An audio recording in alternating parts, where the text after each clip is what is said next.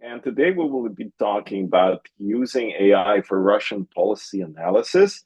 And I will be talking about two domains that I know better. As I said before, I'm an economic geographer originally, so even not economic geography, it's a political geography. I was studying electoral geography, then I was doing a lot of things at Carnegie Moscow Center. Then I was editing the entire Rush Echo RUNET Echo program at Global Voices Online, and then since 2012, I was leading Teplitsa, and my passion and my interest in what was happening in Russia was mostly in the domain of cyber, and of course both the censorship. And I was speaking, since we're talking about this, I was the first author of the Freedom House's Freedom on the Net report on Russia, the specific country report from 2011. I think I did it once or twice. I haven't been working on it later, but if you take a look into the archives of Global Voices Online, you will see a lot of my big and small articles where I would cover early developments in the Russian cyber censorship. But of course, cyber censorship is a part of a bigger scene, and the cyber defense, cyber attacks, and censorship are all interconnected in a rather dystopian knot. And I will try to cover a little bit of it, how we can use modern tools to sort of shed a little bit of light onto something that doesn't want to be seen, and yet it has to be seen in one way or another. So in case you haven't been on the previous section, I'm Senior Program Manager at Equality and Development Officer at Equality. I'm co-founder of Teplitsa and the director of Teplitsa. And also I co-founded the award-winning HelpMap project back in 2010, which sort of started Teplitsa and helped, I think 1,000 people to survive the wildfires, which is pretty cool. Today's agenda, I will talk about AI and policy analysis, at least the way I'm using it. I will briefly cover, among other things, Russian policymaking system, formal and informal institutions, cybersecurity policy, narrative and discourse analysis of policy documents and speeches. I will be showing you an example of doctrinal analysis, and then the second part will be dedicated to cyber censorship and various methods of measuring internet censorship. So I will introduce you a little bit to the topic. Of course, it's a huge topic. It has its own universe, its own community, its own events, and so on and so on. But since we are talking today about digital methods, about various, and it's all applied to Russia, from what I could see, that there is not so much about cyber censorship and cyber things in general. Here, I thought that this could be a useful addition to the entire program. Once again, this is not a fully planned session. It is a replacement. I'm a substitute for another lecturer. So this might explain minor inconsistencies, even though I'll try to do my best to deliver you a good show. Yeah.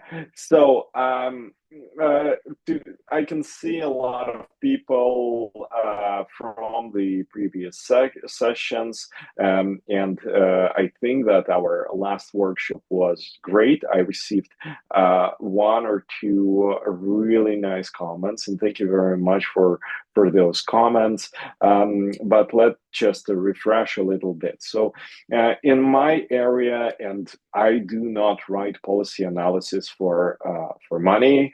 I do it for fun when I need it, and sometimes I need it for very practical reasons, and I need it for my own talking points. I need it for my own understanding of the situation, so I can allow myself to use such tools. I mean, if I would be like a classic old school policy analyst, I would just like do like, oh, like only human, only fingers, only keyboard and stuff like this. But unfortunately, I simply have no time for that. So I just need to have a little bit of something that makes sense, and I need high speed of analysis of volumes of texts, and I also need some sort of a useful tool to look for something that might not be obvious and what a regular search might not find. So in order to do that, let me remind you that the structure of a good prompt, and tomorrow will be again working with prompts a little bit more, both with qualitative textual narrative data and with quantitative data. The more I work with large language models, the more I see that it's becoming more and more reliable if we can provide elements of control, and the only way we can provide it is with good prompts. And the good prompts consists of task, action, objective, type of analysis, context, background, scope, time frame, domain, constraints. And I think that for policy analysis, constraints actually will be a big thing. Limits, exclusions, audience, level of detail, and of course the output format and evaluation criteria. So once again, also this slide is the last refresh slide. We will not have old legacy slides in this presentation. So I'd like to remind you of the role-based prompt, and an example is act as a policy analyst and assess the impact, blah, blah, blah. So you use the policy analyst as a domain opener. Sort of you ask AI to apply a certain role, which unlocks the entire set of knowledge hidden in the complex connections of neural links over a large language model. And then after you assign a role, you provide with a task. And why is that important in our task is because any policy analysis is very domain specific. You ask to analyze it as a linguist, you get one response. If you ask it as a lawyer, you get another response. If you ask it as a policy analyst, you will get the third response. And of course, this is very important to bear in mind. Now, I know that most of you work in some serious institutions, and you will probably have your own set of methods, a set of canons by which you write your documents if you write them, and usually most of those methodologies are in text. And of course, I encourage you to upload, of course, if it's allowable, if your institution's policy allows that, to ChatGPT or other large language model, and provide a prompt like this, and of course, I always, when I do that, I always say, like, I'm checking whether the large language model understands what I'm uploading, because very often it's and tend to omit, like, oh, like coming up with something, and it's very important to ask test questions, like, hi, I've just uploaded a file, and then can you provide me the main elements of this file? Something that the large language model won't be able to find online, won't be able to infer, and something so that the response would clearly indicate that it has access to this file. So once you understand that the large language model has inserted your methodology file in the context window, you can say, okay, like, what are the main elements of this approach, so on, so on. Okay, now you can be sure that the method is in the context window, and you can continue using this methodology. And you, unlike humans, which is interesting, and I think that this is a clear advantage between, for example, large language model and a junior to mid-level analyst, is that it's much more consistent. It's really much more consistent. It definitely, at least for the time being, worse than the senior analyst, because it simply cannot know all the context that the senior analyst usually knows. But in terms of consistency, sometimes it's really beats humans, and also amount of time and the resources it has. Also, large language models are quite good. So why I'm talking about methods is because, like, for you, I created a list of most typical methods that might be used for policy analysis, and I'm not saying that they are the only ones. I'm not saying that you should exclusively use them, but it's just something I want to show you how you can what kind of prompts you can use for those approaches. There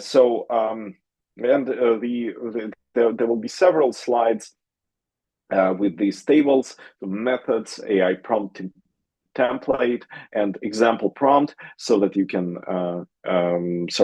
try it at home, try it with your own documents. But of course, this list is not final. You can, I encourage you to use the approach like this, using any methodology you have in your institution. And of course, I will make a brief walkthrough using those methods. So, of course, elite criminology analysis. I worked for 3 years in Carnegie Moscow Center. This was our favorite stuff, and I was very young. It was 2005 till 2008.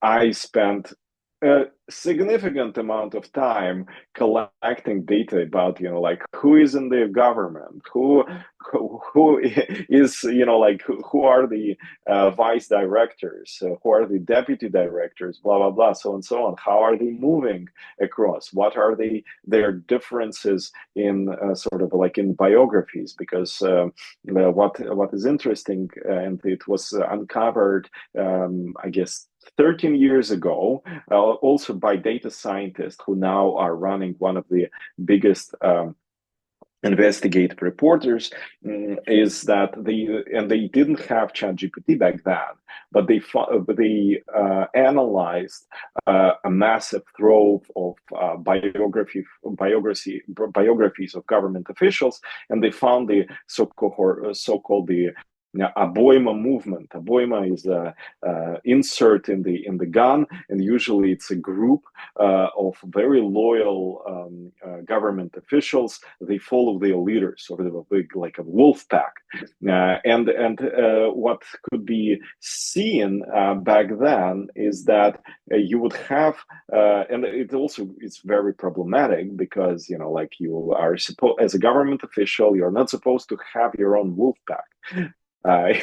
You are supposed to hire based on fit, based on open criteria, and so on and so on. But we could see that, especially in the Siloviki part, you could see those wolf packs coming and going and following their leaders. Sometimes, they are being dismantled because their leader is out of favor, and so on and so on. But this criminology analysis, the elite analysis, is right now is very sort of much easier. It requires significantly less time, both in terms of collecting the data and analyzing it. And I think that the key. The most basic element exemplified here is to, an AI prompt could be analyze the power structure, and then you provide certain raw document. But it also, for example, here, it is very generic. It's just, like the power structure within, certain country. Proposed like this, it will output a very, very basic response based on the news, based on the high-level analysis.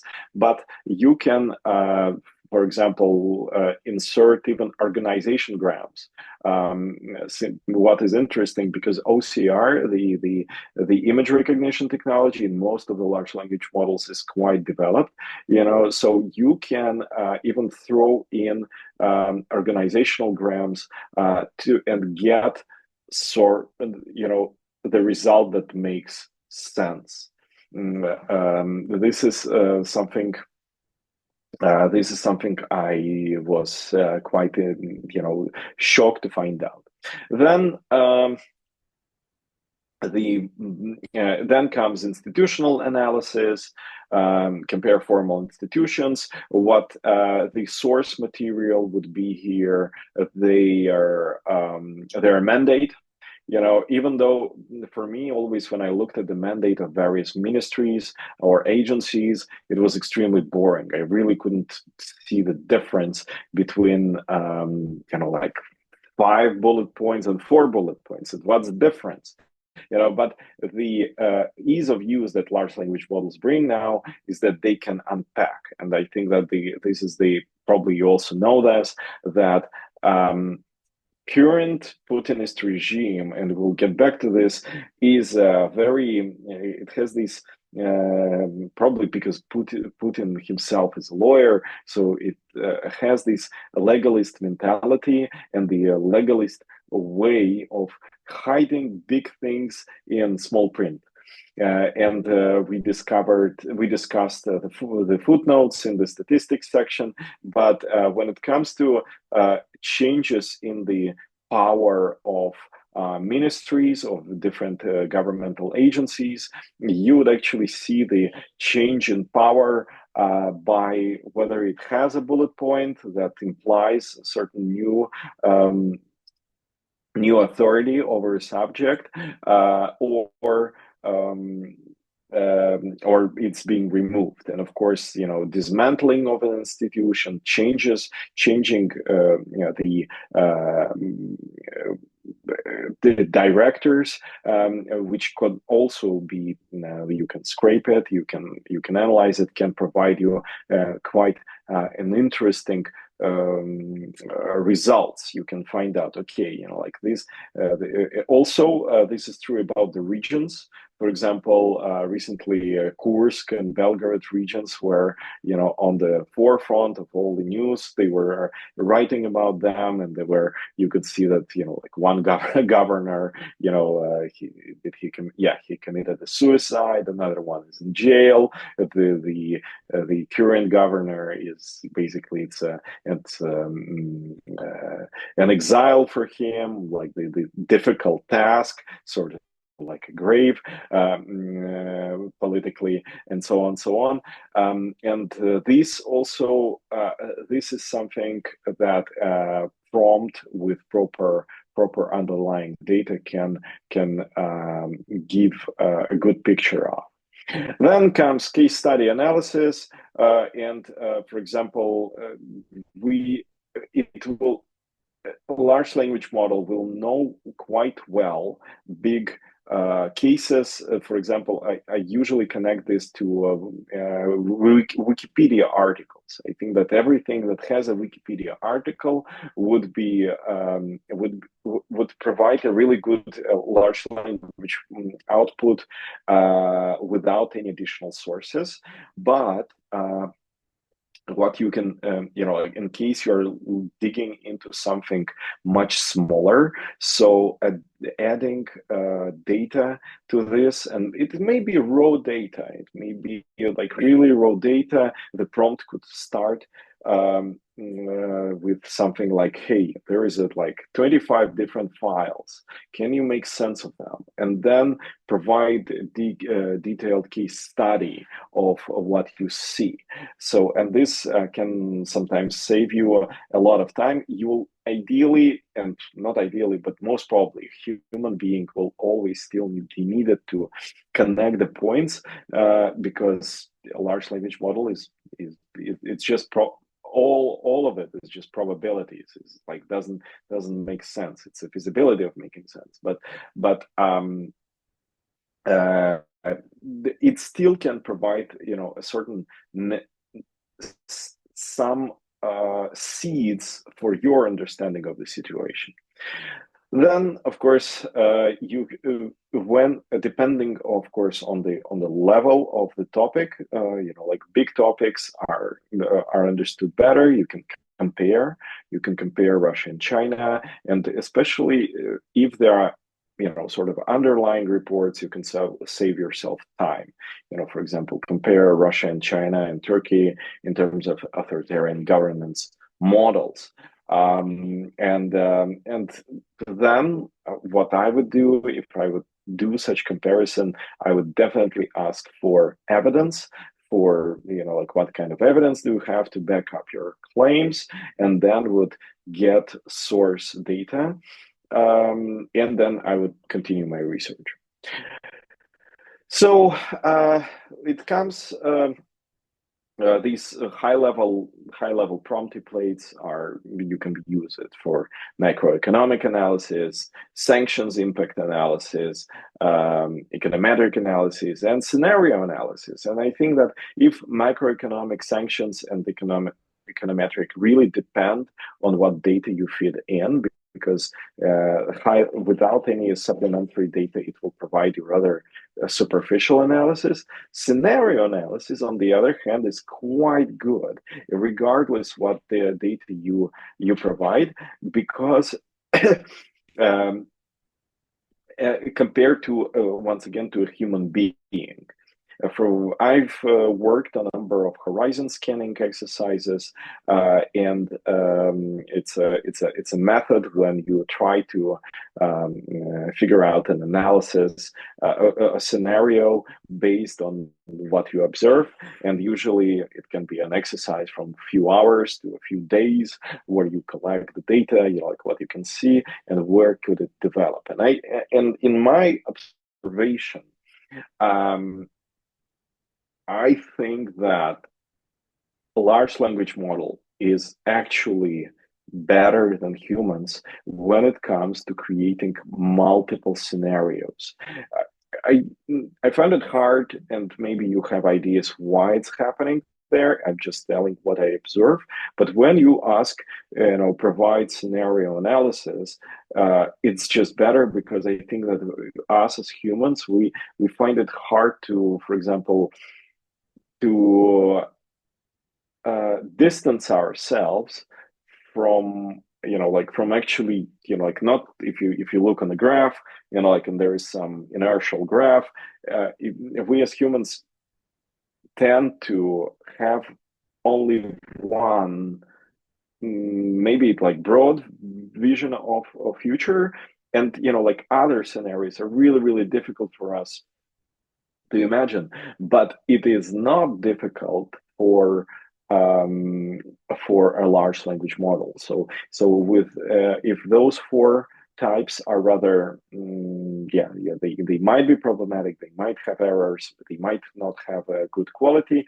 I think scenario analysis could be a really really good tool. Also, in addition to that, I can say that, and it's not on my table, but what I like in policy analysis in general, like in any analysis run by large language models, there are two elements. One is assumption analysis, and I think that a large language model is really good at understanding assumptions. And also, you can try, if you have time, to take any doctrine, any programmatic document, and run and say, like, okay, like here's a document by the Russian government, analyze the underlying assumptions. And this could be actually quite fun, like what a large language model sees as being assumed, in the Russian policy making. So next slide. No, it's not the next slide. Yeah, the second part is a risk analysis, and I need to say that I'm quite satisfied with the risk analysis. I use a lot of risk analysis in grant writing. And for example, when it comes to risk register, it works really well, both in terms of identifying risks, analyzing the impact and probability, and even coming up with mitigation techniques. And sometimes I think when it comes to risk, I need to say that it has a sort of its own imagination of what risks are, and sometimes it lacks certain risks, but then it's like, hey, analyze, also take into account this and that. For example, right now there is an ongoing situation that we'll also talk later about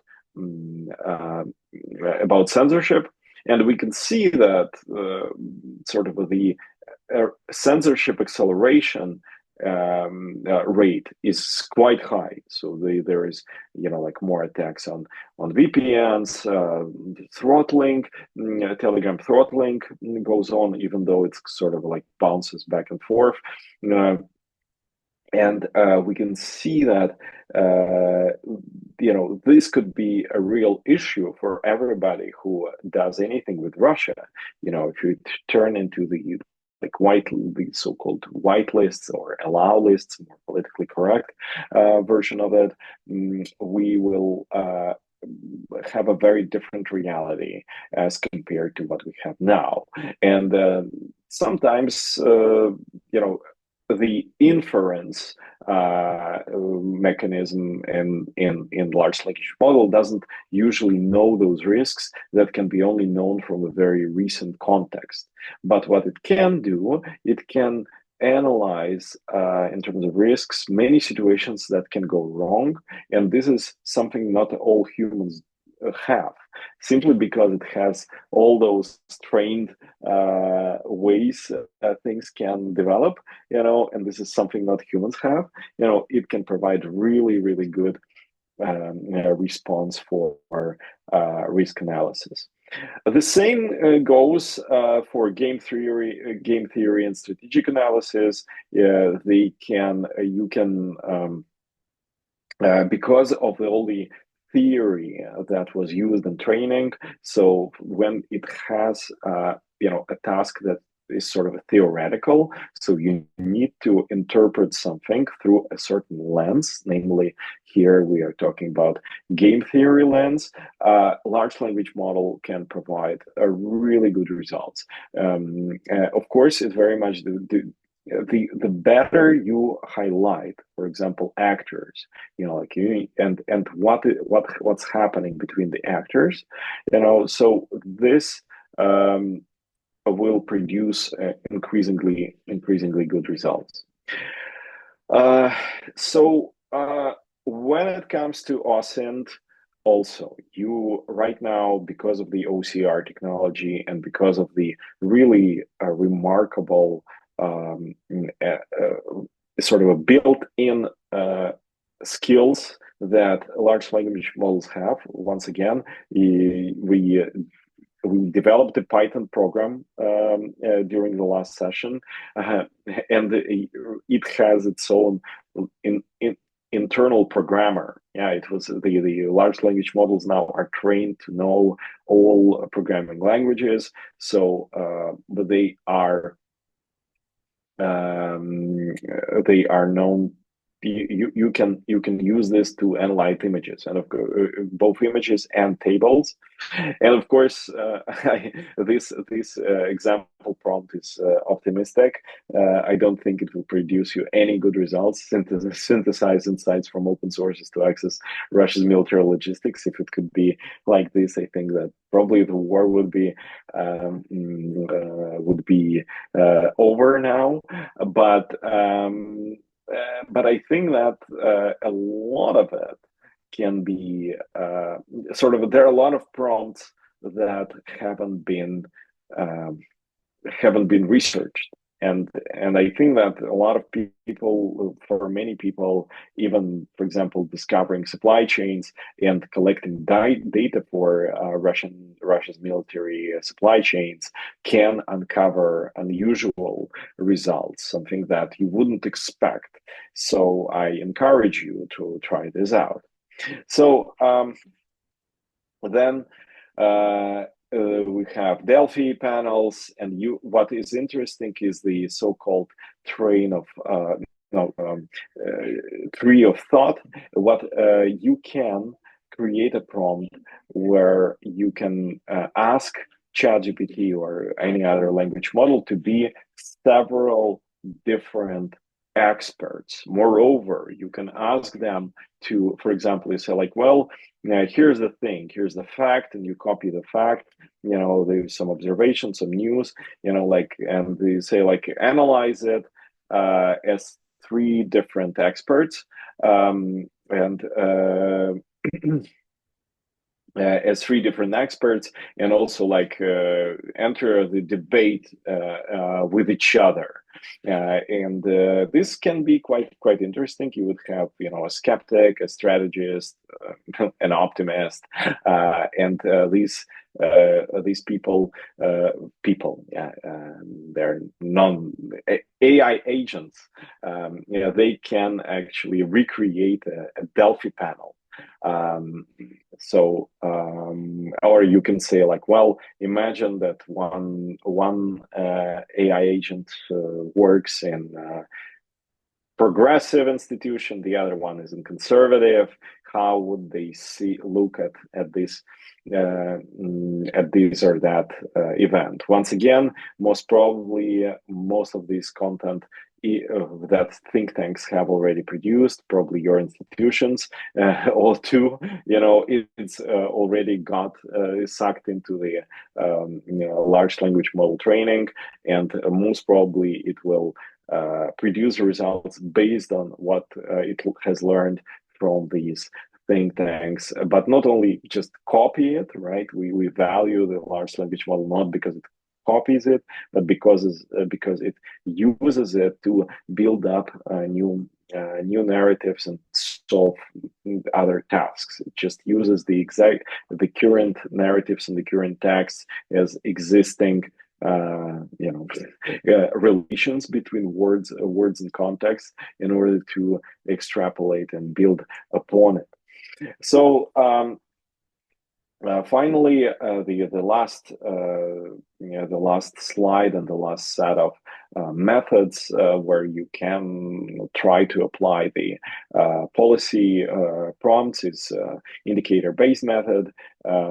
So for example, you can provide a table, and we will try to use tomorrow the data on internet measurement data, and then you can find trends, and you can even say like, okay, you can ask something you don't even know yourself. For example, like, you are a data scientist, how would you try to look at these data set that I inserted, or act as a mathematician, or creative musician with mathematician background, and then it will you can even say like, well, come with the maximum amount of applications, come up with the maximum amount of various ways to interpret the data, and then you'll get the result, and this can be quite good result, because yeah, large language models nowadays work really well with the indicators, and of course they can easily build trends. And build models. So unfortunately, everybody who sort of was thinking that like building models is sort of a safe thing to do in the world of AI. Unfortunately, AI is stealing these jobs as well. Then process tracing. Process tracing is highly dependent on the underlying data, but for big events like full-scale invasion, this process tracing is quite good. It can save you a lot of time. Doctrinal analysis, and I will stop on this a little bit more. I think that it's really good. It works really well. Very, I would say, reliable. And yeah, this would be my case study. But before I go to the more in detail analysis, how, for example, I used AI for the doctrinal analysis, are there any questions or comments, or maybe your own ways how you do that, if you want to share this? Is there anything it is not very good at, in your view? A good question.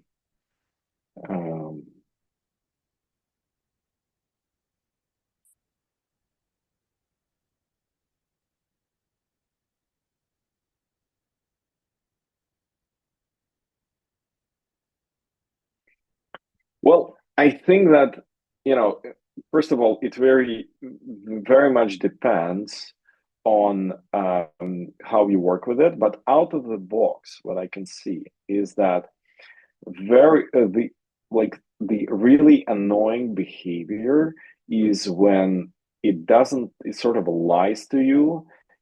What it does is that, at least ChatGPT, because there are different large language models and they have different issues. So as for ChatGPT, what is really annoying, so sometimes it doesn't know something and it doesn't tell you, and instead it's just like a bad student, bad but creative student. I would say bad because it didn't learn and didn't do the homework, but creative because sort of like doesn't want to lose face and tells you something that has nothing to do with reality. And this is really annoying, because if you sort of do not analyze it and you do not take it critically, then you are in trouble. And this also, like, I've seen a lot of people who would be like so confident and so not critical to what they get from large language model, is that they then like they present something because it's kind of makes sense and kind of cool, and like it looks serious, but they cannot explain what is written. And this is or it's written something that when you actually have to really think it through, then you get a very wrong answer, and you are sort of a losing face because you use something that you haven't checked. And I think that this is a really annoying feature that you have to sort of keep monitoring all the time. Like, what is, because in Russian there is a word, voda, is when you throw in water into the text to because you are like lazy or you don't know something, and you throw in some absolutely meaningless elements of text, and then ChatGPT does do that sometimes, and you sort of have to do that, like stop this, like just go and try again. And usually, and I just had it even today. I was analyzing a few application calls, and what I got was that first I received very generic text, and I'm like, this is not right. And then I like writing, like, have you checked the attached document? And then like 1 minute of thinking, and the response is very, very different. It's like something I actually need. So I think that if you see that the response suddenly became generic, it can happen for many reasons. We don't exactly know why. It's been recently there are studies that say that ChatGPT was caught actively lying to its users. Uh, so it's not just my observation; it's actually a proven thing. But it's been caught lying. So you have to look after that. Yeah. So I think that's not very good at. On the other hand, there are more safe versions of large language models, namely Copilot. And the problem, and Copilot has a different issue with that. It's just so bland and uninteresting, and basically what it creates is not not insightful and not helpful at all. It can only do some very basic functions. At least this is my subjective opinion. Once again, you might have a different experience. That you, at least I, absolutely cannot work with it properly, because it can sort of it's good at summarizing, it's good at proofreading, it's good at doing rather basic non-intellectual things. But when I want to research, Copilot, for example, wouldn't be a good option for me. So yeah, I think that it's very different. At the same time, there's a growing number of comparisons between ChatGPT, Perplexity, and Gemini. And sometimes even some people say that, well, there is especially in the more complex environments, there is an orchestration. So you have several tasks with the cheap model, especially if you have some elements of AI with massive amount of requests, and you want, for example, summarization. You want to do it with a cheap model, for example, ChatGPT-4, and then there is a research, and you want to do it with a more expensive so-called thinking model with stronger inference function. At the same time, you would have more creative, more bad but creative student type of behavior, which would be ChatGPT, and on the other hand, more strict, which would be Gemini. Because Gemini comes from Google. Google, it was very focused on search, on the reliability of the results. But if you take if you work with Gemini a lot, you would also see that it's a bit more bland than ChatGPT. So so I would say that different models have different issues and different strong and weak skills, depending on what you need. For example, journalists like Perplexity, also because it stemmed from search originally, and at least in the journalistic community, the overall imagination, I would say, that it's not knowledge, it's imagination, is that Perplexity is better for research tasks and search tasks, because at the same time ChatGPT is better for creation and sort of a work with text and getting into the text and sort of applying various thinking models and optics. I hope I responded to your question. So let's go to the case study, doctrinal analysis. So I was helping my friend who had a we have all different friends. So the friend was interested in actually understanding the Russian cyber defense and cyber operations uh, um, framework, legal framework. He was interested specifically in the legal framework, sort of uh, what is allowed and what is written, in terms of not the actual behavior, because we know of all these APT, advanced persistent threat, and hacker groups, and GRU, and like all these people in hacky universe, hacky. It's Russian. Yeah, in the uniform, sitting and probably hacking some energy plant as we speak, so and so on. But of course, the important part was like whether and what exactly is in the documents. And I know that military analysts do that a lot. And I would say that a few years ago, such paper would take probably an annual yearly work, probably a master's thesis if you spend time. I've spent, I guess, two months, and of course there will be still difference in quality, of course, but I've spent 2 hours, and I already got something that I could work with. It was not. I didn't want to defend it in the university, but it answered my questions. Like which documents are the key components of this.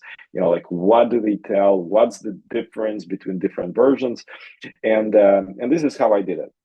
So once again, this is my prompt, and the first part I set a role: act as investigative researcher. Well, it is I could say policy analyst, but I just wanted to say that it's a researcher, and the researcher is doing an investigation, and a cyber lawyer. And cyber lawyer is I think already it's a domain of knowledge. It's a lawyer working in the field of IT and the laws that come with the industry.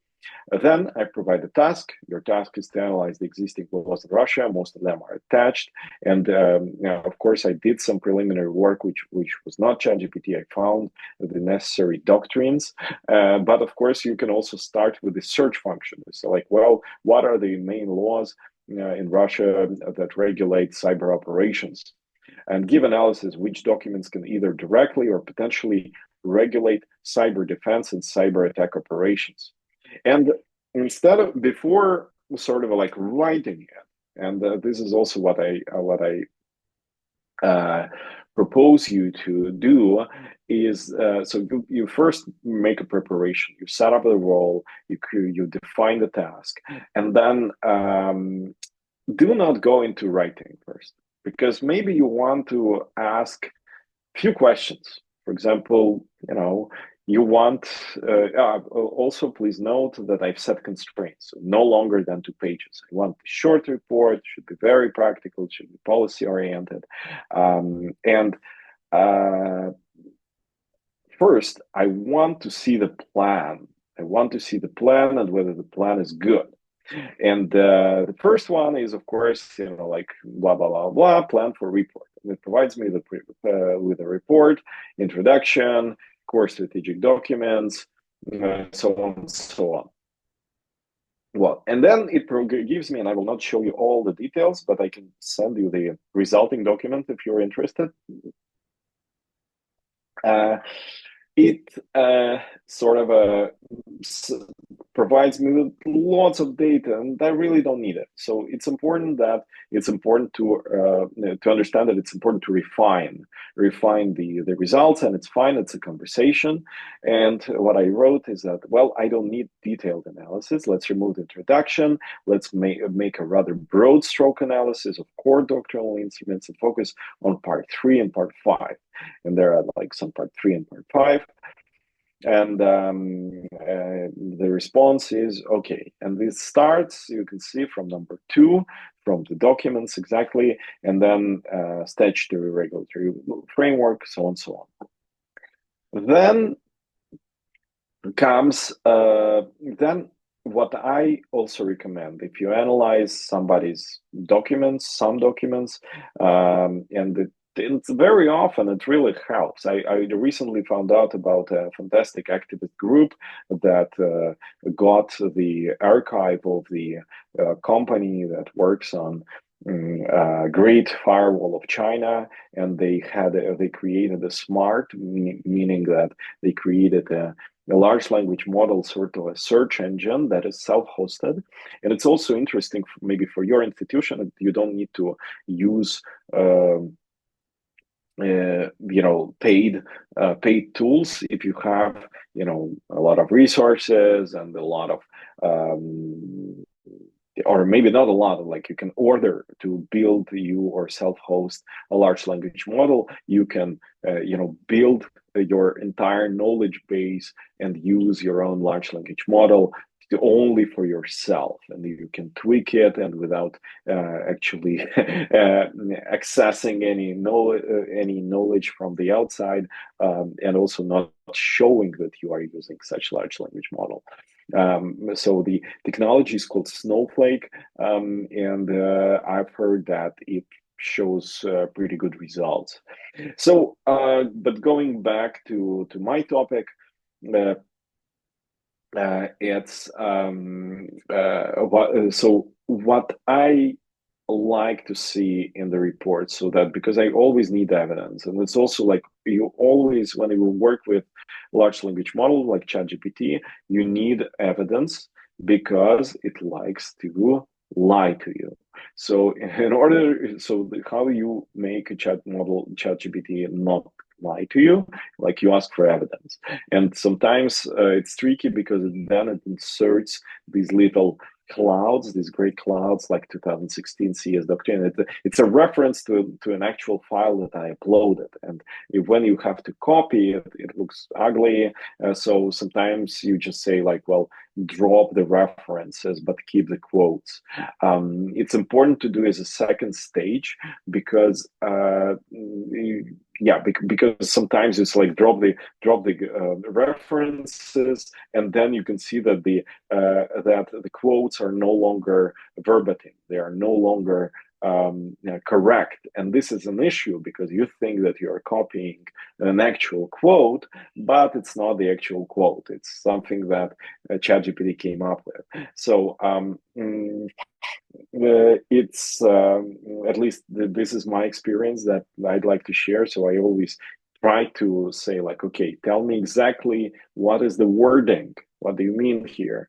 And then sometimes because I prepare these materials in English, so I say like, and I want to have an English translation right under it.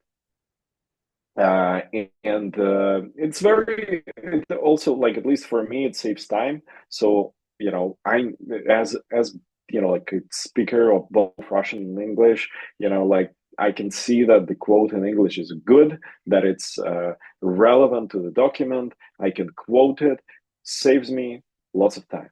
So as you can see, uh, well, for example, in this example, we are talking about information security, and basically you can see that the policy mentioned strategic deterrence and preventing military conflicts. Well, we've seen how they're prevented. Yeah, like 500,000 dead, and country in ruins. But who knows what's worse, right? So both countries in ruins. Yeah, not just one. Yeah.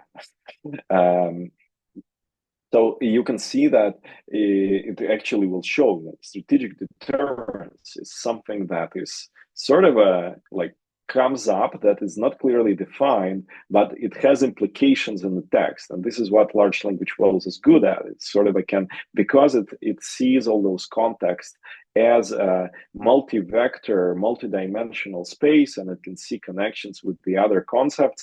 It can very sort of in a very human way say about what the implications are, because how semantically these or that phrases connected to the other terms. So here it said like, well, it clearly implies both preventive and retaliatory cyber measures.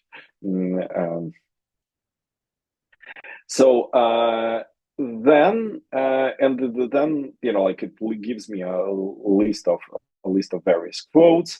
I'm sort of happy with that. I can see the difference between documents between the doctrines on cybersecurity in 2016 and 2021.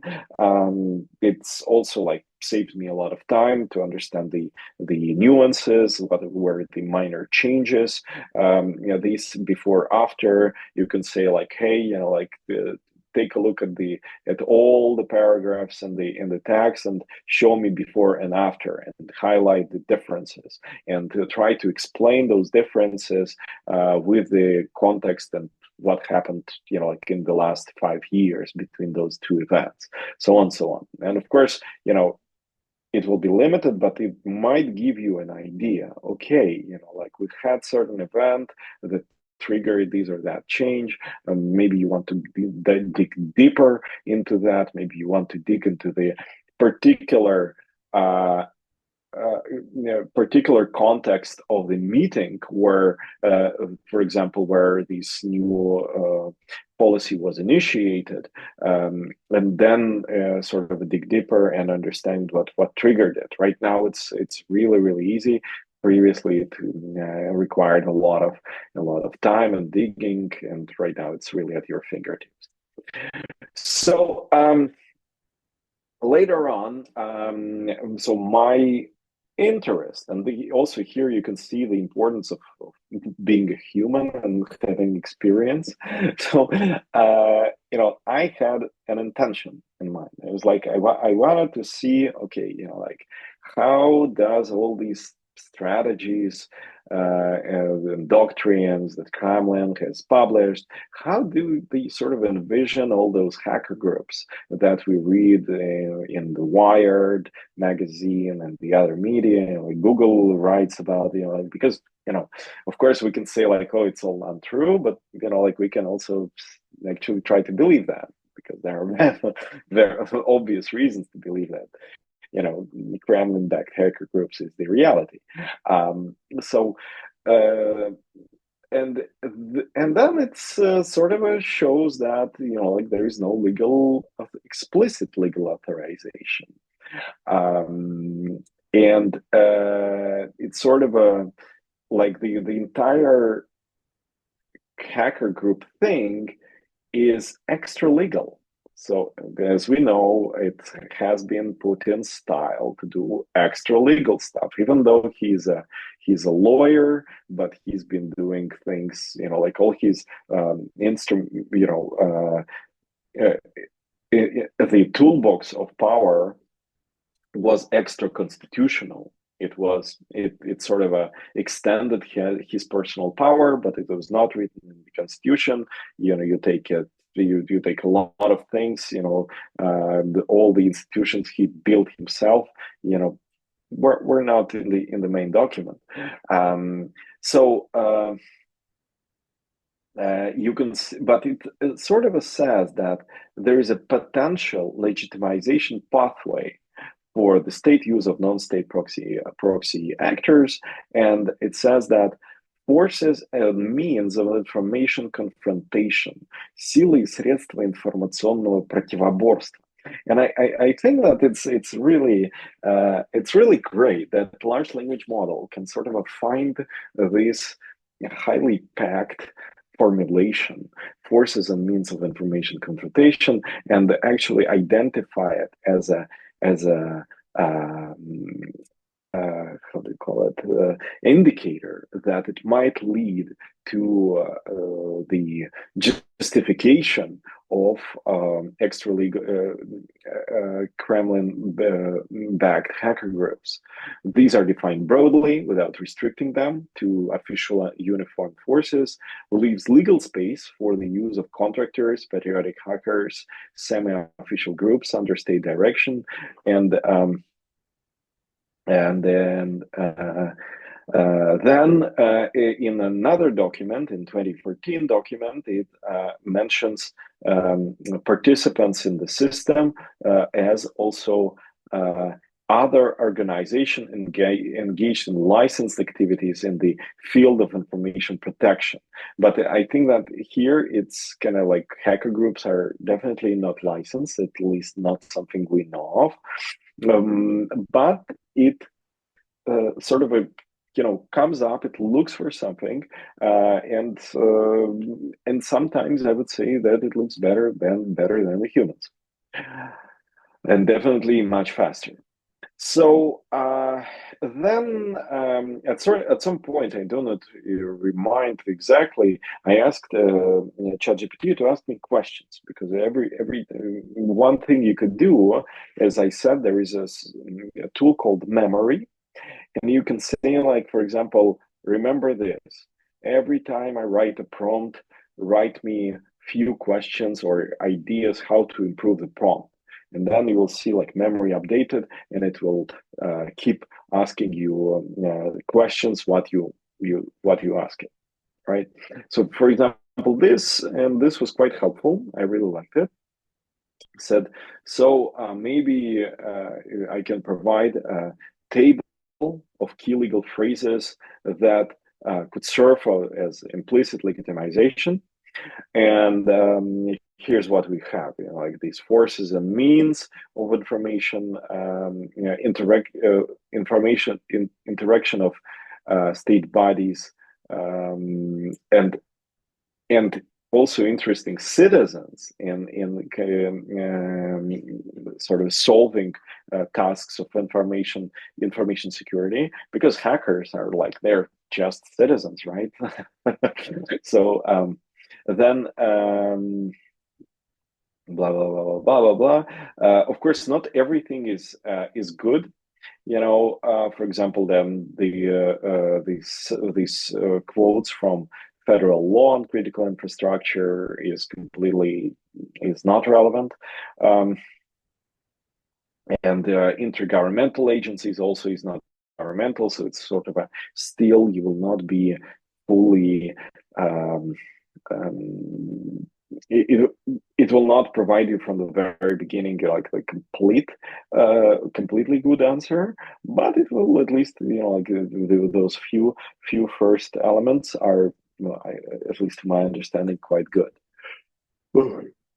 So after that, it has found anything relevant, you can ask to provide 3 or 4 paragraphs of narrative. Sometimes I use narrative or text, because the annoying part about ChatGPT, it creates all sorts of headlines and lines and and lists, and this is very difficult to use. So, and again, the prompt engineering, we regulate the output part. So very often I say, like, I just need a flat list, and flat list really helps because it provides a normal list. Or I need narrative. I need the same thing into the narrative, and then it creates regular paragraphs. And I say, like, I don't need anything bold or in italicized, and then it works quite well. So, of course, here's my question to you. You saw me doing the policy doctrinal analysis. What could possibly gone wrong with this approach? And the confirmation bias loop. So, for example, let's say, well, I I want to know about Kremlin-backed hacker groups, and ChatGPT is I would call it a guy or a girl, but this system is designed to please you. So it just wants you to feel happy. So it's really not critical in this regard, and sometimes it will be biased towards delivering something that might not be there. And this is especially a very real risk with when you use AI for refining the task, or you're providing a detailed inquiry. So it's always good to sort of balance it with either with a sort of a counter actor, counter AI agent that would kind of try to look for this, or use your own human, human common sense, or do some your own non-AI research as to sort of balance it out. Because here, for example, especially in those two last examples, it just brings in whatever it can find just to please me, and this is a very real risk if you follow this path. So we are at part two, and part two is significantly smaller, at least for today, because we'll be talking a little bit more tomorrow. So in recent years, starting 2022, the beginning of the full-scale invasion to Ukraine, wartime censorship has become the thing. More than 92 independent news media were immediately banned in the end of February, beginning of March 2022. And since then, the control that was previously over the network was growing very slowly, has become accelerating. And of course, there are many lectures highlighting the difference between Russian, Chinese, and Iranian internet. Russia, China, and Iran are the main internet censors in the world, exporting their censorship solution, and they all have different approaches. But we're not talking about censorship per se, we are talking about how to measure it. And in case you've never done this, so I would definitely recommend few resources, and maybe tomorrow we can talk a little bit how to use this data and how to use our own tools, including AI, to extract meaning from it. So the first tool is UNI. UNI, it's open observatory. It's called MET, Measurement Aggregation Toolkit. And it creates, it works based on little sort of sensors that are on the Russian side, and they report back, and they report the whether this or that application or website works well or not. And as you can see, it has different responses. So the green one is okay. It means that the tool works properly. Then confirmed is that it's confirmed blocking.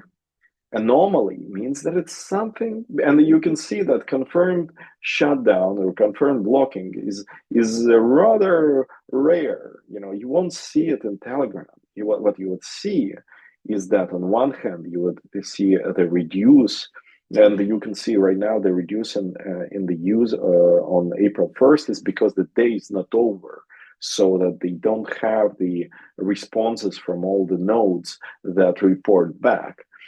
But you can see the yellow, which is anomaly, and the difficulty with measuring shutdowns like in Russia, and for example, for Telegram, it's not shutdowns, throttling, it's slowing it down, making it unusable. And we know the underlying context. The Russian government wants to make it unusable because they want to move people to Max. And why they want to do that? Max Messenger is fully transparent. It's basically a surveillance device. They want people to move to Max, which works much faster. That is not throttled. So that whatever the communication between citizens is, it's transparent, and Russian government can have full dystopian control over communications of its citizens. So this is the context of it, and of course there is always, question: what happens with Telegram? Did they start to block? Did they not? And this is the situation without the VPNs turned on. So this is the situation without any additional measures, because of course, if you connect the VPNs, the internet VPN work, and if the VPN works well, and this is another issue of monitoring, not all the VPNs work well, then the Telegram will show no anomalies. What I'd like to show you is that you probably all know countries, right? Dates, time granularity, but what is ASN? And I think that it's also very important when we talk about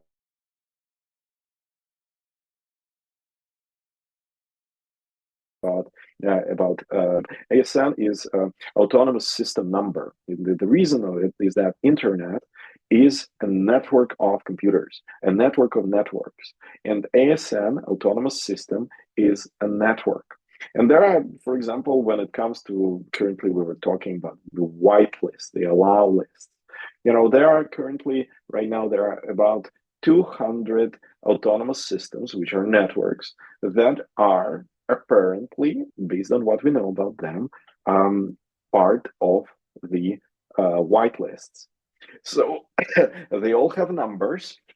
They all belong, like somebody belong to the whitelisted list of services like Sberbank or like some other critically important internet infrastructure, and at the same time, it's not like one computer. It's a network of IP addresses. An IP address is we can go deep into this, but it's basically a network of computers, and you can also monitor the entire networks with this tool. And moreover, you can see in the bottom, you can download JSON data and CSV data, and in case you are not data scientists, you can just upload it to your ChatGPT or other tool, and you could say like, well, okay, interpret this data, build a graph based on it, and it can create quite a good graph. Another tool that I'd like to show you, which also uses internet measurement, is IOTA. IOTA, and it also uses several methods, not all also, but it uses several methods, and they can be seen as little bubbles, internet connectivity for Russian Federation. So one of them is BGP. BGP is Border Gateway Protocol, is something very official. It's sort of something that is reported on the international level. It's whether basically it shows anomalies on this level of something that like whether the networks are connected to one another. It's like the backbone of internet protocol, and you can see that it's 100%. So if somebody would analyze the Russian connectivity based on solely BGP, which is ideal, you can download the BGP tables from RIPE, which is European Association of Internet Providers, and is responsible for management of internet in Europe. You would see that everything is fine, but this would be a bad data. This would be really, like the data you don't want to have, and because it will provide you a wrong picture. Then what it has two additional elements that actually show a much more nuanced picture of how the Russian connectivity actually looks like. And the reason for this, because aside from internet connectivity, Russia has installed the so-called TSPU, the black boxes. And these black boxes are tools that have or that run a set of filters and those filters decide whether Russian citizens and vice versa, citizens from the outside, can access certain internet resources. So, therefore, most internet measurers use active probing, and it means that they have sensors like IOTA, namely, they have IOTA, they have these nodes that run tests in background, and the more tests, the better, and they sort of show the actual response and how it's different across different methods. Then the telescope, it is specialized type of measurement used by IOTA. And if you're interested, we can talk a little bit more about that. But another element is the analysis of availability of particular apps. This is, for example, this also shows an indirect connectivity, and for example, and especially it's sort of a like functioning of particular applications, and in political analysis or in social analysis, applications are important nowadays, because they are the place, the arena for a lot of Russians talking to each other. Like there is and not just Russians. So this is the typical graph. So the count, the connectivity availability in terms of percent. We rarely share the data, but this is the telecom. It's a famous expert, Mikhail Klimarov. I can recommend him. Another project also affiliated with Mikhail is Na Sviazi, even though it's independent, but it was sort of like founded by Mikhail and co-founded. They regularly publish maps of shutdowns, and the reason being why maps are important, because, as they say, unlike China, it's not a centralized model, but it's a decentralized censorship model where you would have very different modes of blocking, depending on the region. And this is also very important to know about Russian internet and its blocking. Finally, and this will be the last slide, I'm out of time, is what you can do with data. And this is actually, if you go to LinkedIn and find Denis Yagodin, he's my former colleague. He's a very dedicated researcher. So he took the data from another tool called Cloudflare. Cloudflare is a content delivery network, and used these data from 188 autonomous systems. Once again, autonomous system is a network of IP addresses. And to analyze the data and basically how TCP connection, and it's a typical connection between you as a user and the website, and if it showed sort of a like killing of the connection, that it just sort of a shut down, then it would come up on this graph, and it shows that it sort of a like dramatic increase and certain even patterns of how it works if this data is visualized. So I don't have time to show it now, but I recommend you go and his page and look at it, and it just shows how much you can do with this seemingly boring and uninteresting data.